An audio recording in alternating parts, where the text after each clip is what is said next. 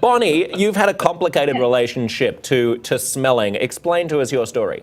Yes, I lost my sense of smell after I inhaled a cold remedy called Zicam, which destroyed the sense of smell of many thousands of people. And I was without smell for about 9 months. What was it like? Awful, terrible. What was the most noticeable? What was the most noticeable thing? Because one thing that I think a lot of people forget is that smell is so intricately wound up with taste, right? It's not just smelling a rose. It's also 90%, yes. understanding flavor. So what was it? What was the experience like? Well, they say that 90% of taste is smell, and that's certainly true. Anything that I could taste tasted terrible because the smell is what enables us to experience flavor. But it was more than just not being able to taste food. I'm an avid gardener and a garden writer, and I couldn't smell my garden. I couldn't smell my family, my dogs, my house, my world. It was very, very traumatic, actually.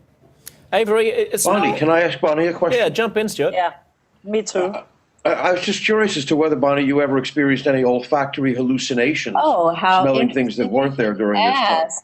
I had about 6 weeks of phantasmia, as it's called, and this is a syndrome that's similar to phantom limb pain, maybe not. It's quite mysterious, but my head literally was filled with vile odors. Think dead animal smell for 6 weeks nonstop because the adaptation mechanism had also gone awry. You know what that is. We can tune out the smells after, our brain tunes out smells after a certain amount of time. But this never went away. And it was enough to drive a person to a psychiatrist. And I went there. A lot of people who've lost smell have noted that. People who have the smell preceding migraines or seizures, it's often bad smells. So it's really, phantom smells are rarely nice for some reason. Sissel, you were going to ask Bonnie something. Yes, I was wondering if you could live on the memory of smell for a while, on how that come across.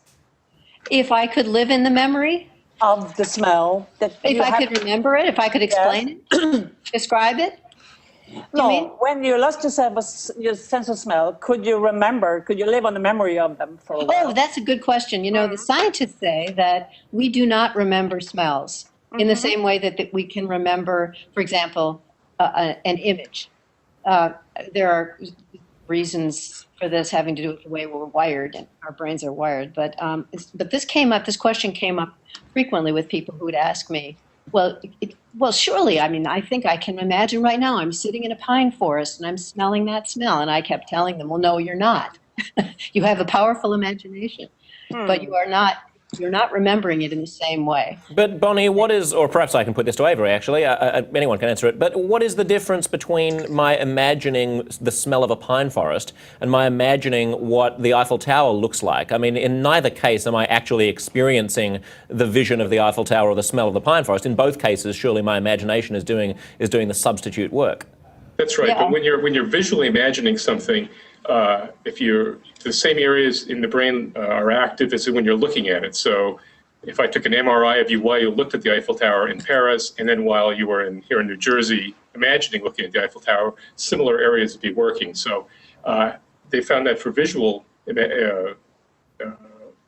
imagery, and I did a study that showed that people have olfactory imagery too. So, and now they're seeing the same thing. So when you're imagining an odor, the olfactory areas of the brain actually are active, as if you were actually perceiving it. So there's this it uses the same structure. So we can remember smells, you're saying? Yes, when you're remembering a smell, even if you're temporarily or permanently unable to smell, it's the same area of the brain doing it.